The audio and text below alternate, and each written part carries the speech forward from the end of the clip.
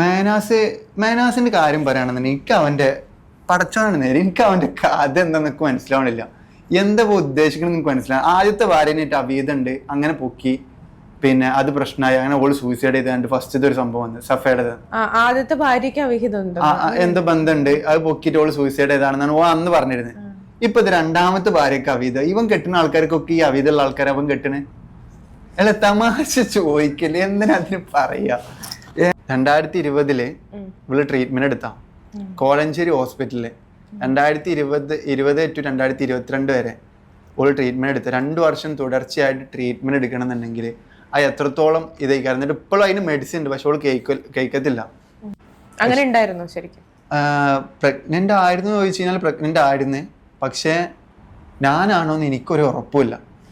ഞാനല്ല അതിന്റെ ഉത്തരവാദി എന്ന് പറയുമ്പോഴത്തേക്കും അത് കേട്ട് കഴിയുമ്പോൾ ഉണ്ടല്ലോ, അത് ആർക്കും അവസ്ഥ വന്നിട്ടുള്ളത് എനിക്കറിയില്ല. അങ്ങനെ ആർക്കെങ്കിലും അവസ്ഥ വന്നിട്ടുണ്ടോ നിങ്ങൾക്കറിയാമോ? എനിക്ക് മാനസിക രോഗമില്ല, മനസ്സിലായോ? എനിക്ക് തലയ്ക്ക് ഭ്രാന്തില്ല. അപ്പോൾ ഒരു സുപ്രഭാതത്തിലാണ് നമ്മുടെ മെഹനാസ് തൻ്റെ ഭാര്യയായ സഫ ലല്ലൂബി എന്ന് പറയുന്ന നമ്മുടെ ഫസ്മിന സക്കീറിൻ്റെ മുൻ ഹസ്ബൻഡുമായിട്ട് ഒളിച്ചോടി എന്ന് പറഞ്ഞുകൊണ്ടിട്ട് ഒരു സ്റ്റോറി ഇടുന്നത്. അന്നാണ് ഈ പ്രശ്നങ്ങൾക്കെല്ലാം തുടക്കം. അന്ന് മുതൽ തന്നെ ഈ ലല്ലൂബി ആരാണ് എന്ന് ചോദിച്ചുകൊണ്ട്, അദ്ദേഹത്തിൻ്റെ ശരിക്കുള്ള പേര് ഷിബിലി എന്നാണ്. അദ്ദേഹത്തെ അറിയാൻ പ്രേക്ഷകർക്ക് ഒരുപാട് ആൾക്കാർക്ക് താല്പര്യമുണ്ട്. അതിനുശേഷം അദ്ദേഹത്തിനെക്കുറിച്ച് യാതൊരു വിവരവും ഉണ്ടായിരുന്നില്ല. ശരിക്കും പറഞ്ഞാൽ അദ്ദേഹം ഒരു ഒളിവ് ജീവിതം തന്നെ ആയിരുന്നു തിരഞ്ഞെടുത്തത്. അതുമായി ബന്ധപ്പെട്ട് തീർച്ചയായിട്ടും ഇതിനു മുന്നേ നമ്മൾ വീഡിയോ ചെയ്തതാണ്. എന്നാൽ ഇപ്പോൾ അദ്ദേഹം വെളിച്ചത്തേക്കല്ല, മറയും പുറത്തേക്ക് നീക്കിക്കൊണ്ട് വെളിച്ചത്തേക്ക് വന്നിരിക്കുകയാണ്. പ്രധാനപ്പെട്ട കാരണം സഫ തന്നെയാണ്. സഫയും അദ്ദേഹവും തമ്മിൽ അവിഹിതമാണ് എന്ന് പറഞ്ഞുകൊണ്ട് മെഹനാസ് ഒരുപാട് വീഡിയോകളും അതുപോലെ തന്നെ ഇൻ്റർവ്യൂകളെല്ലാം ഇപ്പോൾ തന്നെ കൊടുത്തു കഴിഞ്ഞു. അതുപോലെ തന്നെ ഫസ്മിന സക്കീറും അതുമായി ബന്ധപ്പെട്ട് ഒരുപാട് പ്രതികരണങ്ങൾ നടത്തിയിരുന്നു.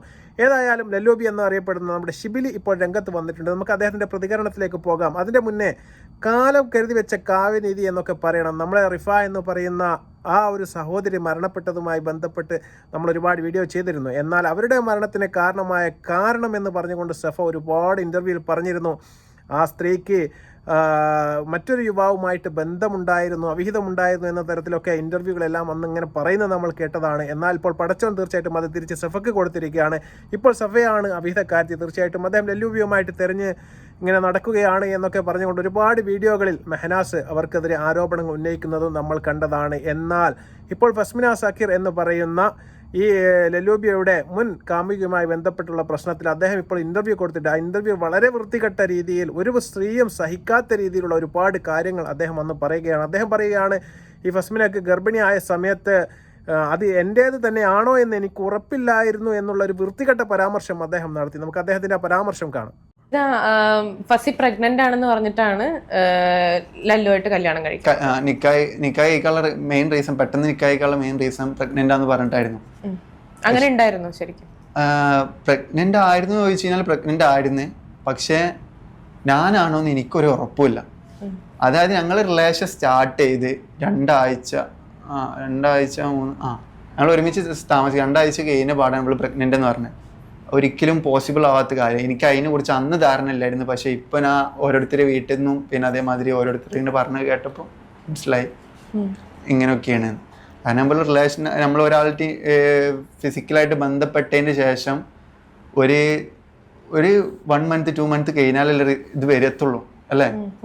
ഇത് ഒരു 2 week കഴിഞ്ഞ പാട് ഞാൻ പ്രഗ്നന്റ് ആന്ന് പറയുമ്പോൾ ഞാൻ അന്ന് പേടിച്ചിട്ട് മൊത്തം വിശ്വസിച്ചു. പിന്നെ അവള് ഓൾറെഡി വീഡിയോയും കാര്യങ്ങളൊക്കെ ഇടുകയും ചെയ്തു. അപ്പം എനിക്ക് ഒന്നും ചെയ്യാൻ പറ്റില്ല.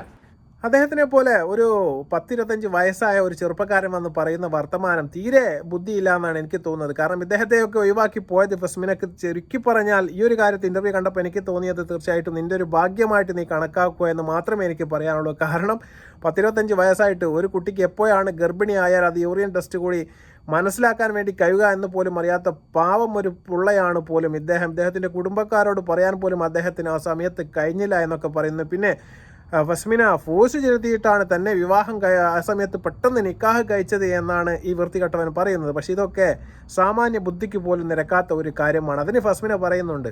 നമുക്ക് ആ വീഡിയോ ഒന്ന് കാണാം. ഇവരൊരു കാര്യം പറയുന്നുണ്ടല്ലോ, ഞാൻ ആ ഭാഗം ബാക്കടിച്ച് ഏകദേശം ഒരു 100-150 വട്ടം ഞാൻ കണ്ടിട്ടുണ്ടാവും. 150 വട്ടം. അല്ലാണ് ഞാൻ കണ്ടിട്ടുണ്ട്. ഞാനാണോ കൊച്ചിൻ്റെ വാപ്പ, ഞാനാണോ അതിൻ്റെ ഉത്തരവാദി എനിക്കറിയില്ല. ഭയങ്കര കാമായിട്ട് റിലാക്സ് ആയിട്ടിരുന്ന് പറയുക. എങ്ങനെ സാധിക്കുന്നെന്ന് ഞാൻ ആലോചിച്ചു പോയി. എങ്ങനെ ഒരു മനുഷ്യന് ഇത്രയും കണ്ണീച്ചോര ഇല്ലാണ്ടായി പോയെന്ന് എനിക്ക് അപ്പോഴാണ് മനസ്സിലായത്. ബാക്കി എല്ലാം കൊണ്ടും ഓക്കെ, ബാക്കി ഇൻ്റർവ്യൂവിൽ പറഞ്ഞൊക്കെ ചിലപ്പോൾ സ്വയം വെളുപ്പിക്കാനോ അല്ലെങ്കിൽ പുറത്തോട്ട് ഇറങ്ങി നടക്കാനോ അല്ലെങ്കിൽ എന്തെങ്കിലും എന്നെ കരിവാരി തയ്ക്കാനോ എല്ലാം എനിക്ക് മനസ്സിലാവും. എല്ലാം ഓക്കെ, എല്ലാം ഫൈൻ, എല്ലാം ഫൈൻ. പക്ഷേ കൊച്ച്, ഞാനല്ല അതിൻ്റെ ഉത്തരവാദി എന്ന് പറയുമ്പോഴത്തേക്കും അത് കേട്ട് കഴിയുമ്പോൾ ഉണ്ടല്ലോ, അത് ആർക്കാ അവസ്ഥ വന്നിട്ടുള്ളത് എനിക്കറിയില്ല. അങ്ങനെ ആർക്കെങ്കിലും അവസ്ഥ വന്നിട്ടുണ്ടോ നിങ്ങൾക്കറിയാമോ? ഒന്നാമത്തെ ഒരാൾ പറ്റിച്ചു, അതിൻ്റെ കൂടെ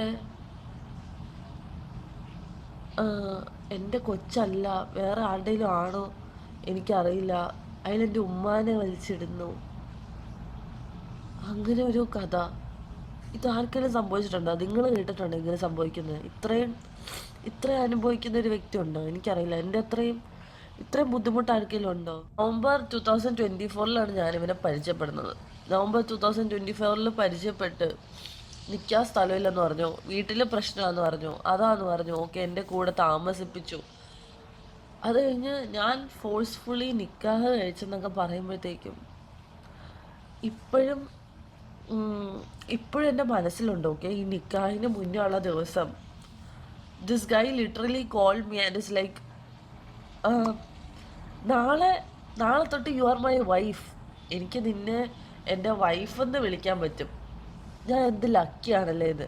ആ ഒരു വ്യക്തിയാണ് ഇപ്പോൾ ഇൻ്റർവ്യൂവിൽ വന്നിരുന്നിട്ട് നിക്കാഹ് നമ്മൾ ഫോഴ്സ്ഫുള്ളി ചെയ്തതെന്ന് പറയുമ്പോൾ നമുക്കുണ്ടാവുന്ന ഒരു കുത്തലുണ്ട്, മനസ്സിലായോ? Why do you do this bro?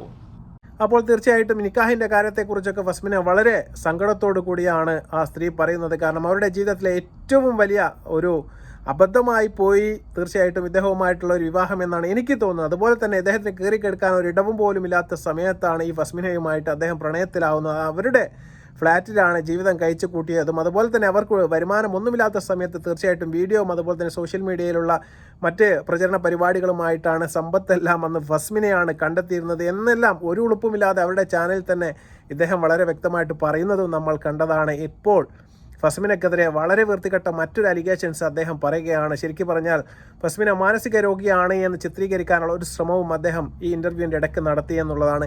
അതൊന്നും ആർക്കും സഹിക്കാൻ വേണ്ടി പറ്റുന്നതല്ല. പ്രത്യേകിച്ച് ഒരു സ്ത്രീയായ ഒരു ആൾക്ക് അവരുടെ നേരെ ഇത്തരത്തിൽപ്പെട്ട വൃത്തികെട്ട ഒരു ആരോപണം ഉന്നയിക്കുന്ന സമയത്ത് തീർച്ചയായിട്ടും ഭാവി ജീവിതത്തിൽ വരെ അവരെ ബാധിക്കാവുന്ന രീതിയിലേക്കുള്ള ഒരു പരാമർശം അദ്ദേഹം നടത്തുകയാണ്.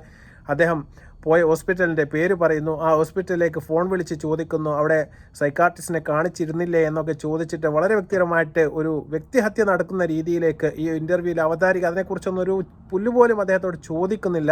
രണ്ടാളും ഒരു പ്ലാൻഡ് ആയിട്ടുള്ള ഒരു ഇൻ്റർവ്യൂ നടത്തിയതുപോലെ എനിക്ക് ഫീൽ ചെയ്തു. തീർച്ചയായിട്ടും അദ്ദേഹത്തിൻ്റെ ആ പ്രതികരണം നമുക്കൊന്ന് കാണാം. ഇവൾക്ക് ഞാൻ ബൈപ്പോളർ ഉണ്ട് എന്നുണ്ടെന്ന് പറഞ്ഞിട്ട് ഞാൻ ഒരു ഇതിറക്കി. അപ്പൊ ഇവിടെ എന്റെ മണ്ടയിലോട്ട് ഇട്ട് ആക്ച്വലി ബൈപ്പോളർ ഉണ്ട്. 2020 ഇവള് ട്രീറ്റ്മെന്റ് എടുത്താ കോലഞ്ചേരി ഹോസ്പിറ്റലില്. 2020 to 2022 വരെ ഇവള് ട്രീറ്റ്മെന്റ് എടുത്ത. 2 വർഷം തുടർച്ചയായിട്ട് ട്രീറ്റ്മെന്റ് എടുക്കണം എന്നുണ്ടെങ്കിൽ അത് എത്രത്തോളം ഇതായിരിക്കും. എന്നിട്ട് ഇപ്പോഴും അതിന് മെഡിസിൻ ഉണ്ട്, പക്ഷെ അവള് കഴിക്കത്തില്ല. അങ്ങനെയൊക്കെയാണ് അതിന് കാര്യങ്ങൾ വരുന്നത്. ഇനിയിപ്പോ ഇത് തെളിയിക്കണത് ഇപ്പൊ നമ്മൾ ഹോസ്പിറ്റലിൽ കോൺടാക്ട് ചെയ്തിട്ട് വേണമെന്ന് ഇപ്പൊ തന്നെ കേൾപ്പിക്കാം. അങ്ങനെ എന്തെങ്കിലും ചെയ്യണോ? അല്ല, പ്രൂഫ് ഉണ്ട്. പ്രൂഫ് അല്ല, നമ്മൾ ഇപ്പൊ കോൾ ചെയ്തിട്ട് ഇല്ല. കോലഞ്ചേരി ഹോസ്പിറ്റലിലോട്ടുണ്ട്. ഇതാണ് കോലഞ്ചേരി ഹോസ്പിറ്റല്. ഇതിലോട്ട് ഞാൻ ഇപ്പോൾ വിളിക്കാൻ പോവാണ്. അവിടെ നിന്ന് തന്നെ ആർക്കാണ് അസുഖം, ആരാ ട്രീറ്റ്മെന്റ് എടുത്തെന്ന് ഇപ്പം അറിയാം. 27 പേര് ഫസ്മിന സാക്കിർ. ഫസ്മിന സാക്കിർ. നമ്മള് അവിടെ മുൻപ് ട്രീറ്റ്മെന്റ് എടുത്തായിരുന്നു. ജസ്റ്റ് ചെക്ക് ചെയ്യോ മറ്റേ ബൈക്ക്. അത് ഏത് ഡേറ്റിലാ? നവംബർ 19, 2022 ലാസ്റ്റ് ആയിട്ട് കണ്ടത്. എനിക്ക് ഇവനോട് പറയാനുള്ളത്, ഒരുപാട് കാര്യങ്ങൾക്ക് നമ്മൾ സൈക്കാട്രിസ്റ്റിനെ കാണിക്കും. ചിലപ്പോൾ മാറാത്ത തലവേദന അല്ലെങ്കിൽ ഹൈപ്പർ ടെൻഷൻ, ഒരുപാട് കാര്യങ്ങൾ ചില ആൾക്കാർക്ക് താങ്ങാൻ പറ്റാത്ത സമയത്ത് തീർച്ചയായിട്ടും അത്തരത്തിൽപ്പെട്ട സൈക്കാട്രിസ്റ്റിനെ കണ്ടിട്ട് തീർച്ചയായിട്ടും അവരുടെ സഹായം തേടുന്നത് പതിവാണ്. ഇതിനെയെല്ലാം മാനസിക രോഗം എന്ന് പറഞ്ഞ് എഴുതിത്തള്ളാൻ വേണ്ടി സാധിക്കുകയില്ല. മാനസികപരമായിട്ടുള്ള ബുദ്ധിമുട്ടുകൾ പല രീതിയിൽ പല വേർഷനുണ്ട്. അതിനെക്കുറിച്ചിട്ടും യാതൊരു വിവരവുമില്ലാത്ത രണ്ടാളുമാണ്, ഒന്ന് ഇൻ്റർവ്യൂ നടത്തുന്ന അവതാരിക ആയാലും കൊള്ളാം, അതുപോലെ തന്നെ ഉത്തരം പറയുന്ന ഈ ലല്ലൂബി എന്ന് പറയുന്ന ഷിബിലി ആയാലും കൊള്ളാം. രണ്ടാളും ചക്കിക്കൊത്ത ശങ്കരൻ എന്ന് വേണമെങ്കിൽ നമുക്ക് പറഞ്ഞു വെക്കാൻ വേണ്ടി സാധിക്കും. പക്ഷേ വളരെ മോശകരമായി പോയി ഈ പരാമർശം എന്നാണ് എനിക്ക് പറയാനുള്ളത്. ഒരു വ്യക്തിഹത്യ എന്നതിലേക്കുപരി തീർച്ചയായിട്ടും മറ്റൊരു ഘട്ടത്തിലേക്ക് കടന്നുകൊണ്ടിട്ടുള്ള ഒരു സംസാരമായി പോയി. അത് തീർച്ചയായിട്ടും അത് അവതാരിക തടയേണ്ടതായിരുന്നു, പക്ഷേ അതവർ ചെയ്തില്ല. അവരുടെ പേഴ്സണൽ ഡീറ്റെയിൽസ് വരെ പുറത്തേക്ക് വിടുന്ന കോലത്തിലായി പോയി. ആ ഹോസ്പിറ്റലിലേക്ക് വിളിച്ച് വിവരശേഖരണം, അതുപോലെ തന്നെ ഹോസ്പിറ്റൽ ബുക്ക് ചെയ്യാനെന്നൊക്കെ പറയുന്ന കാര്യങ്ങൾ തീർച്ചയായിട്ടും അതിന് വളരെ വൈകാരികരമായിട്ടുള്ള വളരെ നെഞ്ചു പൊട്ടുന്ന രീതിയിലുള്ള ഒരു മറുപടിയാണ് ഫസ്മിന എന്ന് പറയുന്ന സഹോദരിയുടെ ഭാഗത്ത് നിന്ന് കാണാൻ വേണ്ടി സാധിച്ചത്. നമുക്ക് അവരുടെ മറുപടി തീർച്ചയായിട്ടും എല്ലാവരും ഒന്ന് കാണണം. കാരണം ഈ ഫോൺ എടുത്തുകൊണ്ട് കാണുന്ന സുഹൃത്തിൻ്റെ കൂടെ ഇറങ്ങിപ്പോകുന്ന നമ്മുടെ കേരളത്തിലെ പെൺകുട്ടികൾ തീർച്ചയായിട്ടും കണ്ടിരിക്കേണ്ട ഒരു വീഡിയോ തന്നെയാണ്. നമുക്ക് ഫസ്മിനയുടെ ഇന്നത്തെ ഒരു അവസ്ഥ തീർച്ചയായിട്ടും നിങ്ങളിത് കണ്ടതിന് ശേഷം ഇറങ്ങിപ്പോയാൽ മാത്രം മതി. നമുക്കതൊന്ന് കാണാം. എനിക്ക് മാനസിക രോഗമില്ല, മനസ്സിലായോ? എനിക്ക് തലയ്ക്ക് ഭ്രാന്തില്ല. തലയ്ക്ക് ഭ്രാന്തുണ്ടെങ്കിലും എനിക്ക് പ്രശ്നമില്ല. എനിക്ക് മാനസിക രോഗം ഉണ്ടെങ്കിൽ ഞാൻ വന്നിരുന്നത് എനിക്ക് മാനസിക രോഗം ഉണ്ടെന്ന് എനിക്ക് പറയാനുള്ള ഒരു ബുദ്ധി കാണത്തില്ല, മനസ്സിലായോ? മെൻ്റലി ഇഷ്യൂ എനിക്കില്ല. പിന്നെ പറയുന്നത് ബൈപ്പോളാ. ഞാൻ എന്തായാലും വീഡിയോ റിയാക്ഷൻ ചെയ്യും. വീഡിയോ റിയാക്ഷൻ ചെയ്യാൻ പറ്റിയുള്ള ഒരു മാനസികാവസ്ഥയിലല്ല ഞാനിപ്പോൾ. നിങ്ങൾക്കിപ്പോൾ കണ്ടാൽ എന്നെ കാണുമ്പോൾ മനസ്സിലാവുന്നുണ്ടോ അറിയില്ല, പക്ഷെ അതിൻ്റെ ഒരു സിറ്റുവേഷൻ അല്ല. പക്ഷെ എനിക്ക് വീഡിയോ റിയാക്ഷൻ ചെയ്യാണ്ടിരിക്കാനും പറ്റില്ല, അങ്ങനെ ആയി പോയല്ലോ. പക്ഷെ എന്നാലും അതിൽ പറഞ്ഞൊരു കാര്യം, കുറച്ച് കാര്യങ്ങൾ ഭയങ്കരമായിട്ട് എന്നെ ബാധിച്ചു. അതിലൊന്നാണ് എനിക്ക് അസുഖമാണെന്ന് പറഞ്ഞത്. ഞാനിവിടെ എൻ്റെ ഇത് കൊടുക്കാം. ഞാൻ എന്തിനാണ് 2020 ഹോസ്പിറ്റലിൽ പോയത്? എനിക്ക് ഹൈപ്പർ ടെൻഷൻ വന്നാൽ എൻ്റെ തലയിൽ എനിക്ക് ടെൻഷൻ കൂടിയാൽ എൻ്റെ കണ്ണിനെ ബാധിക്കും. മീൻസ് എൻ്റെ കണ്ണിൽ നിന്ന് വെള്ളം വരും, എൻ്റെ കണ്ണ് ബ്ലറാവും, എനിക്ക് തലവേദന എടുക്കും, കഴുത്ത് അനക്കാൻ പറ്റാണ്ടാവും. അങ്ങനെ പ്രശ്നമുണ്ട്. ഇപ്പോഴും എനിക്ക് കാഴ്ചയ്ക്ക് എനിക്ക് ഒരുപാട് ലോങ് ഒന്നും അധികം നേരം നോക്കിയിരിക്കാനൊന്നും പറ്റത്തില്ല, എനിക്ക് കാണാൻ പറ്റത്തില്ല. അപ്പം ഇതാണ് ആ സർട്ടിഫിക്കറ്റ്.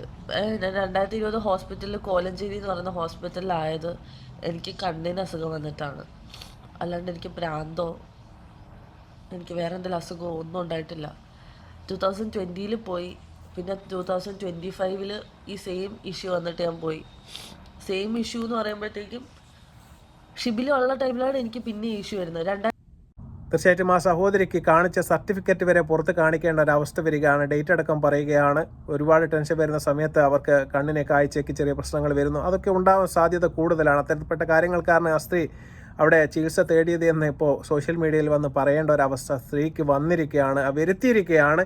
തീർച്ചയായിട്ടും ഇവർ തമ്മിലുള്ള ബന്ധങ്ങൾ ഒഴിവായതിനു ശേഷം നിങ്ങൾക്ക് കാണാൻ വേണ്ടി സാധിക്കും. ഇദ്ദേഹം ലല്ലൂബി എന്ന് പറയുന്ന ഈ ഷിബിലി ഒരുപാട് സ്ത്രീകളുമായിട്ട് ചാറ്റിങ്ങും അതുപോലെ തന്നെ ബന്ധങ്ങളുമെല്ലാം വെച്ച് പുലർത്തിയ ഒരു വ്യക്തിയായിരുന്നു എന്ന് വളരെ തെളിവ് സഹിതം ഒരുപാട് വോയിസ് മെസ്സേജും അതുപോലെ തന്നെ ഓഡിയോ മെസ്സേജും വീഡിയോ മെസ്സേജും അടക്കം തന്നെ നമ്മുടെ ഫസ്മിന സക്കീർ അവരുടെ വീഡിയോയിൽ പുറത്തുവിടുന്നത് നമ്മൾ കണ്ടതാണ്. അതുകൊണ്ട് അദ്ദേഹം അത്ര വലിയ തെളിഞ്ഞ ഒരു മനുഷ്യനൊന്നുമല്ല.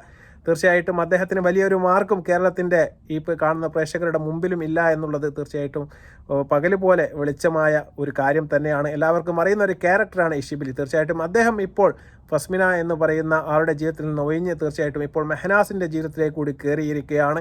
അതുതന്നെയാണ് അവസാനമായിട്ട് അവരുടെ ജീവിതം തകർത്തത് എന്ന് തന്നെയാണ് സത്യം.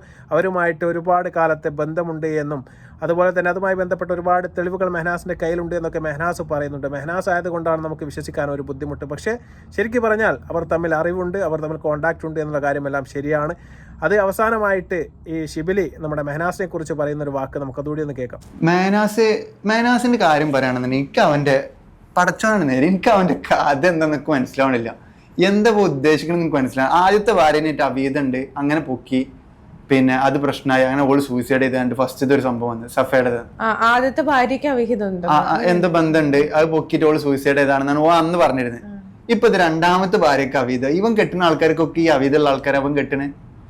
അല്ല തമാശ ചോദിക്കല്ലേ, എന്തിനാ അതിന് പറയാ. എനിക്ക് അവളായിട്ട് എന്തെങ്കിലും ബന്ധം ഉണ്ടെന്നുണ്ടെങ്കിൽ ഓക്കെ. ഇവൻ കെട്ടുന്ന ആൾക്കാർക്കൊക്കെ അവീതം. അപ്പൊ ഇവൻ എന്താ, ഇവന്റെ ഓരോ വീഡിയോസ് ഞാൻ കണ്ടിട്ട് മറ്റേ ഇവൻ ഓരോന്ന് അടിച്ചിട്ട് പോലീസുകാരെ വന്നിട്ട് ഇവളെ ഫോണിൽ നിന്ന് എനിക്ക് കാണിച്ചു തന്നായിരുന്നു അന്ന് സ്റ്റേഷനിൽ പോയപ്പോൾ. ഇവൻ സൂയിസൈഡ് ചെയ്യാൻ നോക്കുക, ക്യാരക്ടർ സൂയിസൈഡിന് മതി കാട്ടി വന്നിട്ട് ഇവിടെ വന്നിട്ട് അങ്ങനത്തെ വീഡിയോസ് സഫയുടെ കയ്യിലുണ്ട്. പിന്നെ ചുമരുമ്പോ പോയിട്ട് ഓരോ അക്കിങ്ങനെ എഴുതും അവന് സ്വന്തമായിട്ട് പോയിട്ട് വെറുതെ. അതായത് ഇപ്പൊ എന്താ അടിച്ചു കയറ്റണമെന്ന് പടച്ചോൺക്കല്ലാതെ വേറെ ആർക്കും അറിയില്ല. ഉള്ള പറയാലോ, അന്ന് സാർമാരെന്ന് കണ്ടു എനിക്ക് എന്താ മാനസികമായിട്ടുണ്ടോന്ന് ചോദിച്ചു സാർമാര് പോലീസ് സ്റ്റേഷനിലെ. ഇപ്പൊ എനിക്കന്ന് മെസ്സേജ് അയച്ചു എന്റെ ഭാര്യ എന്റെ കൂടെ ഉണ്ടാന്ന് ചോദിച്ചു. ഞാൻ അവനോട് പറയാം, എന്റെ ഭാര്യ എന്റെ കൂടെ ഉണ്ടോന്ന് ഈ എന്ത് അടിസ്ഥാനത്തിൽ ചോദിക്കണം? സ്വന്തം ഭാര്യ ആരെ കൂടെയാണെന്ന് ചോദിക്കുക. അപ്പൊ എന്റെ ഗതികേടെന്ന് ആലോചിക്കാണ്ട് അവന് അന്ന് സംസാരിക്കണം. ഈ ഷിബിലി ശരിക്കും ഈ ഇന്റർവ്യൂവിൽ ആകെ പറഞ്ഞൊരു സത്യം ഇതാണ്, മെഹനാസിനെ കുറിച്ച് പറഞ്ഞൊരു കാര്യം മാത്രമാണ് സത്യം. കാരണം അദ്ദേഹം കല്യാണം കഴിക്കുന്ന എല്ലാവർക്കും അവിഹിതമാണ്, അത് പടച്ചവൻ അറിഞ്ഞു കൊടുക്കുന്നതാണ്. കാരണം ആദ്യത്തെ കുട്ടി തീർച്ചയായിട്ടും നിരപരാധിയായിരുന്നു എന്ന കാര്യത്തിൽ യാതൊരു തർക്കവുമില്ല. അവരെ ശരിക്കും പറഞ്ഞാൽ മെഹനാസ് കൊലക്ക് കൊടുക്കുക തന്നെയാണ് ചെയ്തത്. അതിൻ്റെ ഒരു കുറ്റം തീർച്ചയായിട്ടും ഇപ്പോഴും അദ്ദേഹത്തെ വേട്ടയാടുന്നുണ്ട്. അത് കാലം കരുതി വെച്ച ഒരു കാവ്യനീതിയായിട്ട് ഇപ്പോഴും അദ്ദേഹത്തിന് തിരിച്ചു കിട്ടിക്കൊണ്ടിരിക്കുകയാണ്. അതാണ് ഇപ്പോൾ സഫയിലൂടെ തീർച്ചയായിട്ടും തിരിച്ചു കൊടുത്തത് എന്നാണ് ഞാൻ മനസ്സിലാക്കുന്നത്. സഫയുടെ ഇപ്പോഴത്തെ പോക്ക് തീർച്ചയായിട്ടും 100% നല്ലൊരു പോക്കാണ് എന്ന് എനിക്കും തോന്നുന്നില്ല. റമദാൻ മാസത്തിലോട്ട് റീൽസും ചിത്രീകരണവുമായിട്ട് ആടിപ്പാടി ഒരു ഹൈന്ദവ സഹോദരനോടൊപ്പമുള്ള റീൽസൊക്കെ നിങ്ങളിപ്പോൾ പുതിയതായിട്ട് കണ്ടു കാണും. തീർച്ചയായിട്ടും അദ്ദേഹം ആ പോക്കും വളരെ ഒരു മോശകരമായ രീതിയിലേക്ക് തന്നെയാണ്. കാരണം ഷിബിലിയുമായി ബന്ധപ്പെട്ട സമയത്ത് ഫസ്മിന സക്കീർ ജീവിക്കാൻ വേണ്ടി എന്തെല്ലാം പെടാപ്പാട് പെട്ടിരുന്നോ അതേ ഒരു പെടാപ്പാട് തന്നെയാണ് ഇപ്പോൾ സഫയും നടത്തുന്നത്. നമുക്ക് കാത്തിരുന്ന് കാണാം ഇത് ബന്ധം എവിടെ വരെ പോകുമെന്നും ഇവർ തമ്മിൽ ബന്ധമുണ്ടോ ഇല്ലേ എന്നൊക്കെ തീർച്ചയായിട്ടും കാലം തെളിയിക്കുന്ന ഒരു സമയം വരും. ആ ദിവസം വരെ നമുക്ക് കാത്തിരിക്കാം. തീർച്ചയായിട്ടും ഫസ്മിന സക്കീറിൻ്റെ ജീവിതത്തിലുണ്ടായ ഒരു അവസ്ഥ ഇനി കേരളത്തിൽ ഒരു കുട്ടിക്കും ഉണ്ടാവാൻ വേണ്ടി പാടില്ല. അതുകൊണ്ട് തീർച്ചയായിട്ടും ഞാൻ ഈ വീഡിയോ എടുത്ത് റിയാക്ട് ചെയ്തത്. കാരണം നിങ്ങളിത് കാണണം. കാരണം ഫേസ്ബുക്കിലും ഇൻസ്റ്റാഗ്രാമിലും അതുപോലെ തന്നെ മറ്റ് ഐഡികളിലെല്ലാം കാണുന്ന സൈറ്റുകളിൽ നിന്ന് കിട്ടുന്ന നമ്പറുമായി ചാറ്റ് ചെയ്തിട്ട് അദ്ദേഹത്തെ കാണുന്ന ആ സൗന്ദര്യത്തിൻ്റെ അല്ലെങ്കിൽ ആ ഒരു മധുര വർത്തമാനത്തിൻ്റെ പുറത്ത് ഇറങ്ങി പുറപ്പെടുന്ന സമയത്ത് അവർ പറയും കല്യാണം കഴിച്ച് കഴിഞ്ഞാൽ നാളെ എനിക്ക് വൈഫാകാൻ വേണ്ടി പോവുകയാണ്, എനിക്കത് ചിന്തിക്കാൻ വേണ്ടി പറ്റുകയില്ല എന്നൊക്കെ പറയും. തീർച്ചയായും കല്യാണം കഴിച്ച് തീർച്ചയായിട്ടും നിങ്ങൾക്ക് വയറ്റിലൊരു കുട്ടിയായി കഴിഞ്ഞാൽ അവരുടെ സ്വഭാവം മാറുന്നതാണ് നമുക്ക് കാണാൻ വേണ്ടി സാധിക്കുക. ചിലപ്പോൾ അവർ പറഞ്ഞതുപോലെ പറഞ്ഞു കാണും നിൻ്റെ കുട്ടി ആരതാണെന്ന് എനിക്ക് തന്നെ ഉറപ്പില്ല എന്നൊക്കെ പറയുമ്പോൾ ആർക്കും നീ ഒരു വേശിയായാൽ പോലും ആ കുട്ടിക്ക് അത് സഹിക്കാൻ വേണ്ടി സാധിക്കുകയില്ല. അത് തന്നെയാണ് ഫസ്മിനെ ഇപ്പോൾ പറഞ്ഞു വെക്കുന്നത്. അത്തരത്തിൽപ്പെട്ട ഒരവസ്ഥയിലേക്ക് പോകാതിരിക്കണമെങ്കിൽ തീർച്ചയായിട്ടും നിങ്ങൾക്ക് ഇഷ്ടമുണ്ടെങ്കിൽ തന്നെ നിങ്ങളത് ഉമ്മയോടോ ഉപ്പയോടോ അച്ഛനോടോ അമ്മയോടോ പറഞ്ഞതിന് ശേഷം ആലോചിച്ച ശേഷം ഒരു കല്യാണമാക്കി കഴിച്ച് നാട്ടുകാർ മുന്നിലേക്ക് പോകുന്നതാണ് എന്തുകൊണ്ടും ബെറ്റർ. തീർച്ചയായിട്ടും ചോദിക്കാനും പറയാനുമെങ്കിലും നിങ്ങൾക്ക് ആരെങ്കിലും ഉണ്ടാവും. അല്ലാതെ ഇത്തരത്തിൽപ്പെട്ട ഒളിച്ചോട്ടങ്ങൾ നടത്തിക്കഴിഞ്ഞാൽ തീർച്ചയായിട്ടും ഈ ഫസ്മിന സക്കീറൊക്കെ ഇപ്പോൾ അനുഭവിക്കുന്ന ആ ഒരു വേദന തീർച്ചയായിട്ടും നാളെ നിങ്ങളുടെ ജീവിതത്തിൽ നിങ്ങളെ തേടി വരും. ഇത്തരം ഒരു അവസ്ഥ ഉണ്ടായെങ്കിൽ തീർച്ചയായിട്ടും ഏറ്റവും നല്ലത് ഇത്തരം ആലോചനയിലൂടെ കല്യാണം കഴിച്ച് നല്ലൊരു ജീവിതവുമായിട്ട് മുന്നോട്ട് പോകുന്നതാണ് എന്ന് മാത്രം എൻ്റെ സഹോദരിമാരെ ഞാൻ ഒന്ന് ഉണർത്തുകയാണ്. മറ്റൊരു വീഡിയോയുമായി വരുന്നവരെ അസ്സലാമു അലൈക്കും വറഹ്മത്തുള്ളാഹി വബറകാതുഹു.